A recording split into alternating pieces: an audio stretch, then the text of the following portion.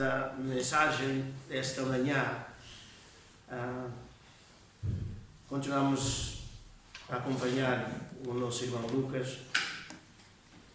Ainda no capítulo que começamos no domingo passado, o 17, e o episódio seguinte, que começa no verso 11 em diante. E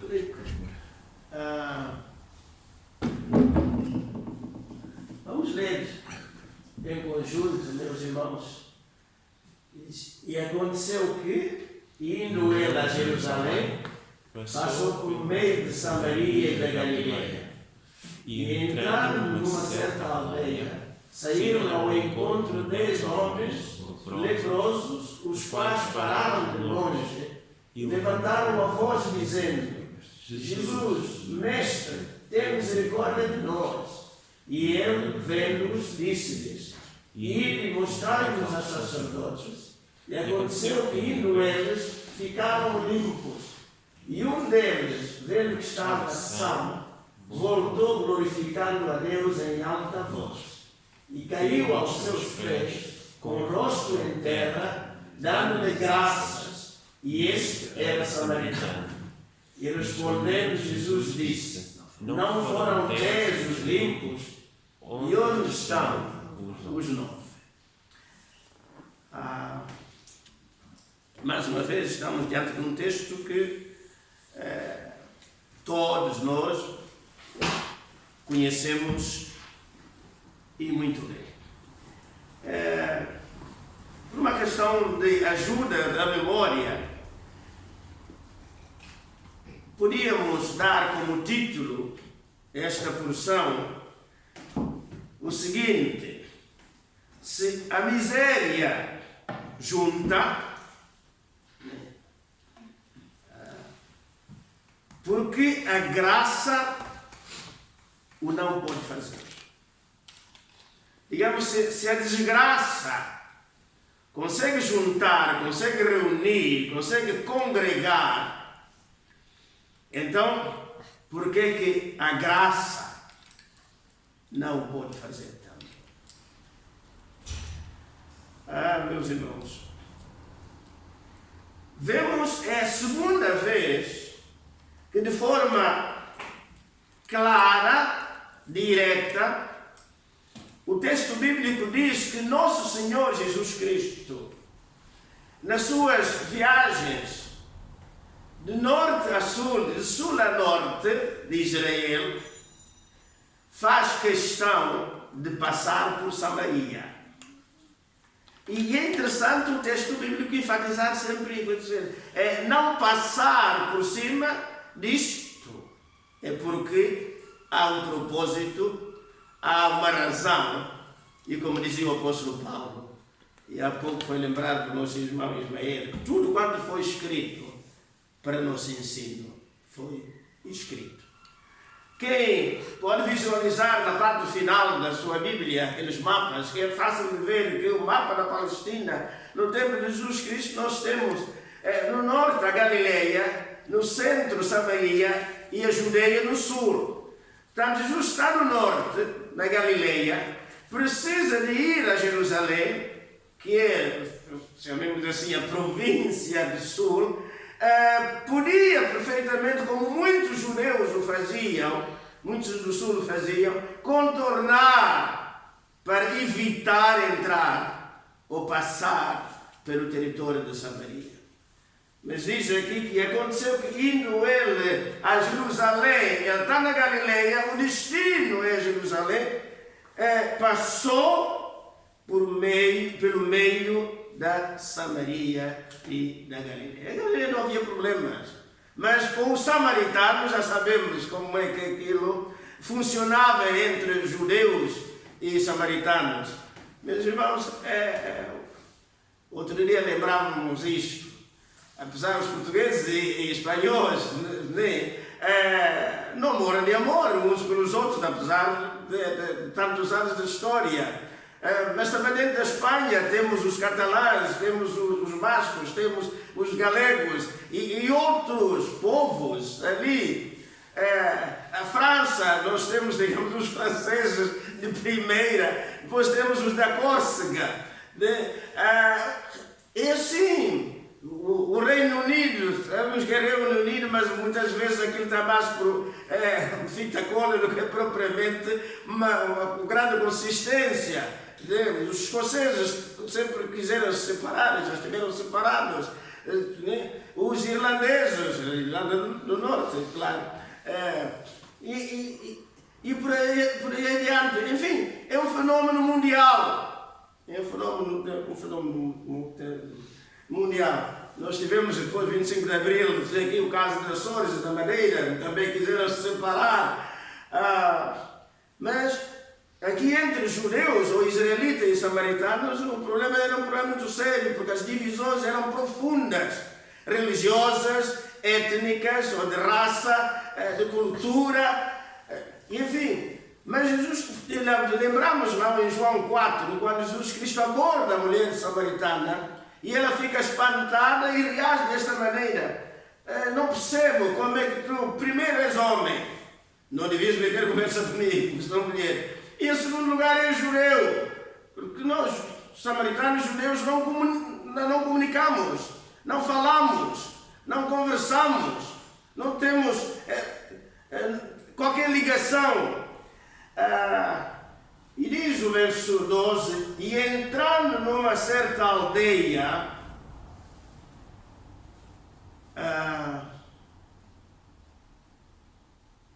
mais uma vez, Jesus Cristo não dá um passo sem um propósito. E o propósito, meus irmãos, nós hoje sabemos, é muito claro. O Filho do Homem, vai dizer Lucas no capítulo 19, verso 10, veio para buscar e salvar o que se havia perdido. A vida de nosso Senhor Jesus Cristo é vivida à volta daquilo que nós hoje chamamos de missões, de evangelização, de alcançar os perdidos. E quando entra nessa aldeia que o autor não tem preocupação de identificar, dizer o nome, porque é um elemento secundário. O elemento principal é este grupo de homens que saíram lá ao encontro dos homens. Mas não eram homens quaisquer. Eram leprosos. Daí, meus irmãos, a razão é que a miséria e a desgraça muitas vezes une. Eu lembro-me de algumas experiências quando participava daquele trabalho de apoio ao sem-abrigo. Meus irmãos, aprendia-se, eu pelo menos, com certeza que outros, grandes lições. Ver que quando distribuímos a sopa, o pão, a fruta, enfim, o que se levava, normalmente nunca chegava para todos. Mas os primeiros que lá, alguns já os encontrávamos lá, outros foram chegando, conforme iam chegando, nós íamos distribuindo. Chegaram a determinada altura, pois o que havia tinha acabado. Mas continuava a chegar gente. E então, meus irmãos, a mim o que me sensibilizava é ver que alguns dos sem-abrigo que já tinham recebido, já tinham sido beneficiados com aquilo que tínhamos a dar, partilhavam com os outros que chegavam depois, mas que já não puderam receber nada, porque já não havia. Então, a miséria, a desgraça, a carência, tornava aquele grupo de homens e mulheres solidários uns com os outros, e do pouco que tinham, mantiveram ou conseguiam partilhar com os outros. Porque quando havia mais, nós dávamos mais.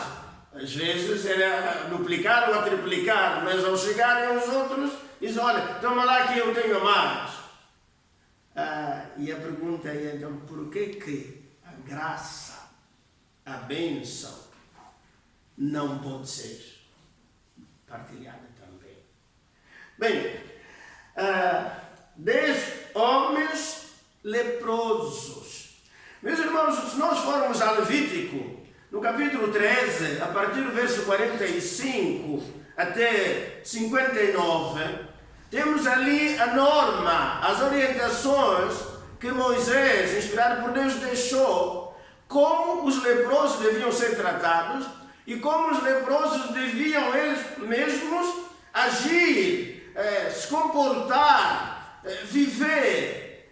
Automaticamente, quando era declarado, logo, coisa estranha, meus irmãos, nós estamos a viver tempo de confinamento e de distanciamento social, esses nomes bonitos que agora inventaram, mas que em Levítico e em Números já lá estavam.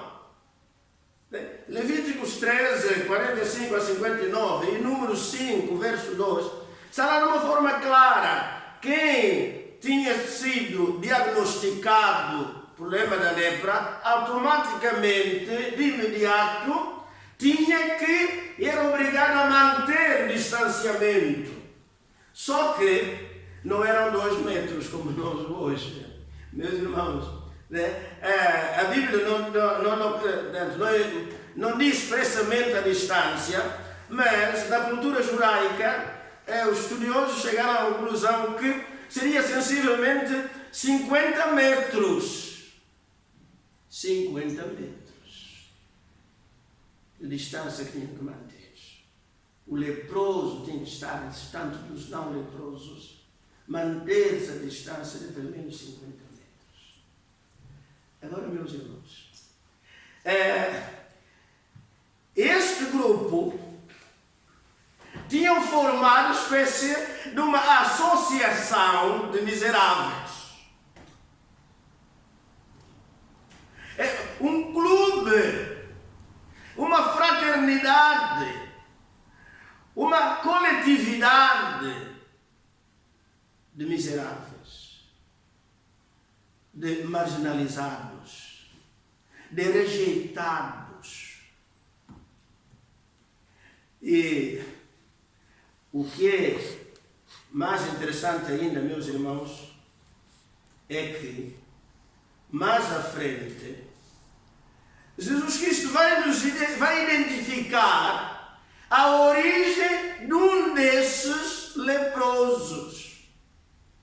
E esta é a grande razão, entre outras, porque Jesus Cristo, porque Lucas introduz esta história, lembrando que ele quer ajudar o seu amigo Teófilo.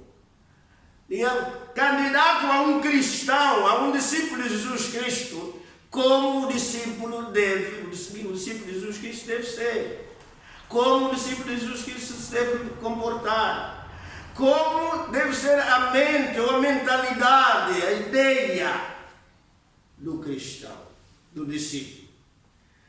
E estes leprosos, meus irmãos, parem, como eles sabiam do tal distanciamento social, mas não basta saber. Eles respeitavam. Por isso é que a última parte do verso 12 diz: os quais pararam de longe. Sabiam que eram leprosos. Sabiam das normas. E então viram Jesus Cristo acompanhado da multidão que sempre o acompanhou. Eles: não, nós não podemos. Temos que manter a distância. Meus irmãos, creio que nós como crentes temos aqui uma responsabilidade muito grande. Temos que respeitar as normas que nos chegam das autoridades sanitárias. Porque temos exemplo nas Sagradas Escrituras e um deles está aqui de forma clara. Né? Pararam de longe, mas apesar de estarem a essa distância, mais ou menos 50 metros, como eram gente carente, desfavorecida, eles nem por isso ficaram calados. Clamaram, pediram ajuda a Jesus Cristo. dizendo: Jesus, Mestre, tem misericórdia de nós. Este é o conteúdo do verso 3. O facto de ser miserável, o facto de ser alguém posto à margem, mesmo, isso não tem que afetar a nossa mente de tal maneira que sejamos incapazes de distinguir o bem do mal, que não sejamos capazes de fazer o nosso, ou sermos nós a fazer o diagnóstico, a leitura da nossa vida, ou então aceitar o diagnóstico que alguém que entende o assunto faz de nós. Porque estes homens, para se assumirem leprosos, tinham que passar por um exame pelos sacerdotes e outros entendidos da altura. E eles então, pronto, sim senhor, é verdade que tu és leproso, e a partir daqui tens que assumir esta condição. E eles assumiram.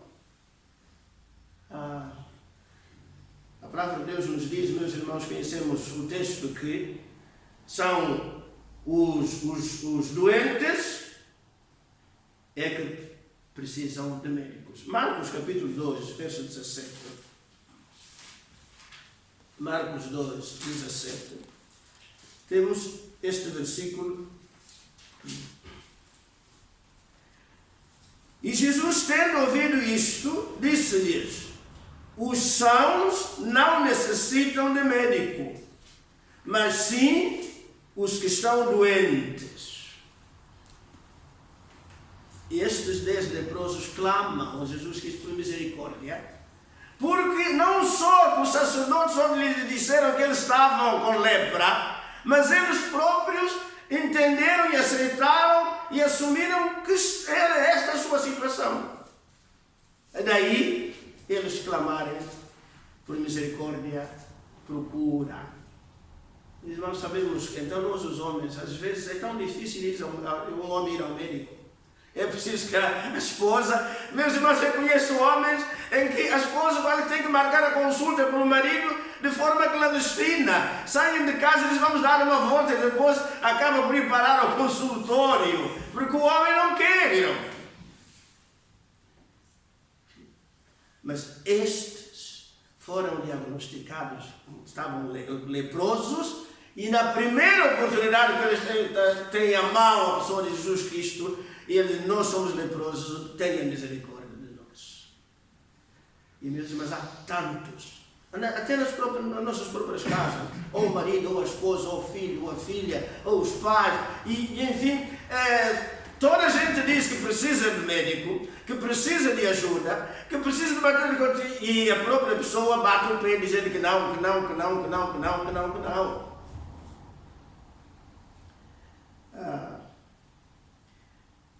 Tem misericórdia. Verso 14. E ele, vendo-os, disse-lhes. Meus irmãos, reparem. Entre o verso 13 e o verso 14, entre o pedido destes homens, Jesus Cristo não diz: sim senhor, olha, eu vou tratar do vosso caso. Não. Jesus Cristo dá-lhes uma ordem. Senhor, tem misericórdia de nós. E ele, Jesus, vendo-os, disse-lhes: ide, mostrai-vos aos sacerdotes. É um bocado estranho. É um bocado esquisito. Por que é assim? Por que é assim? Meus irmãos, isso faz-nos lembrar um caso no Antigo Testamento. Lá em 2 Reis. Quando Naamã, o leproso, também com o mesmo problema, por indicação da sua criada, vai ter com Eliseu. E o Eliseu que lhe diz: olha, vai ao Jordão e mergulha quantas vezes? 7 vezes. Então, a cura daquele homem estava dependente do gesto, da atitude de obedecer à palavra do profeta. E o mesmo está acontecendo aqui. Jesus que está a usar exatamente o mesmo modelo, a mesma bitola, né? Mas tem misericórdia de nós. E ele diz então, ide e mostrai-vos ao sacerdote. Mesmo em termos humanos, isso que Jesus Cristo pede a estes homens não era fácil de ser feito. Os irmãos dirão, mas não era fácil de quê? Não sabemos quanto tempo é que eles viviam juntos. Foi a lepra que os uniu. Viviam naquela miséria. Tinham sido diagnosticados, declarados, e eles próprios, não, nós temos lepra. E eles pedem ajuda e Jesus diz, vão mostrar-vos o sacerdote. Mesmo, eles já tinham passado pelo sacerdote. Foi o sacerdote, digamos que, assinou o boletim. Foi o sacerdote que pôs o carimbo, dizer, não, estes homens são leprosos. E a reação humana seria, meus irmãos, normal, seria, então, mas irmos outra vez ao sacerdote? Nós já lá fomos. Por isso é que vivemos como vivemos. E é por isso essa distância. Ir ao sacerdote fazer o que é perder tempo. Nós já fomos. Mas, meus irmãos, o que estava em causa aqui agora era obedecer ou não à palavra de Deus. Levar ou não a sério a palavra de Deus. Jesus Cristo diz, ir mostrar ao sacerdote. Vamos mostrar ao sacerdote. Meus irmãos, nenhum deles desiste. Dizer, olha, ouviram o que ele diz? Afinal, não é nada aquilo que dizem que ele é. Eu não vou. O que vou lá fazer? Eu já lá fui. O sacerdote sabe. Mas não. Verso 14, a segunda parte diz assim. E aconteceu que, meus irmãos, reparem o que Lucas escreve. Indo eles, isto é, enquanto eles iam, como resultado do mandato do nosso Senhor Jesus Cristo, ir mostrar, quando eles decidem fazer esta caminhada, voltando outra vez ao sacerdote, para ir se mostrar, é neste ato de obediência que acontece a cura. É como o Naamã. E ele ainda diz, mas ao seu servo, o quê? Lá na minha terra há rios melhores. Mas estes homens, nem isso chegaram à conclusão que se Jesus Cristo disse para irmos ao sacerdote, vamos. Porque, como estamos, não dá para continuar. Ai, meus irmãos. Para mim foi uma pancada no peito, como se costuma dizer, quando refletia sobre este texto. Porque a minha cabeça é uma cabeça, como a dos irmãos, enfim, que arranja tantos argumentos, tantas desculpas, tantas razões para não obedecer à palavra de Deus, para não fazer tal e qual o Senhor diz. Muitas, meus irmãos, se eu soubesse o que se passa aqui nessa cabeça, meus irmãos, é muito complicado a tendência humana a resistir à palavra de Deus e não valorizar a palavra de Deus.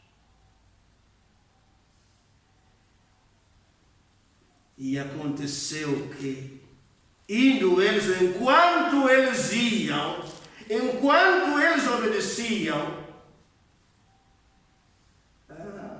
ficaram limpos. Meus irmãos, a cura, seja que nível for, está na minha, na sua, na nossa disponibilidade em seguir a palavra de Deus. Deus nos ajude a olhar para o exemplo desses homens. Depois pareceu tão fácil. Só mais tarde, como Naamã, se ele não obedecesse, é ridículo, é verdade, no meio dos seus subordinados, um homem com aquela categoria, com aquela posição, estar a mergulhar 1, 2, 3, 4, 5, 6, 7, e finalmente diz que quando sai da 7ª vez, do 7º mergulho, ele está tão limpo que parecia a pele de um bebê. Vale a pena obedecer. Independentemente da nossa idade. O fiel obedece ao que Cristo mandar. Amém? Amém.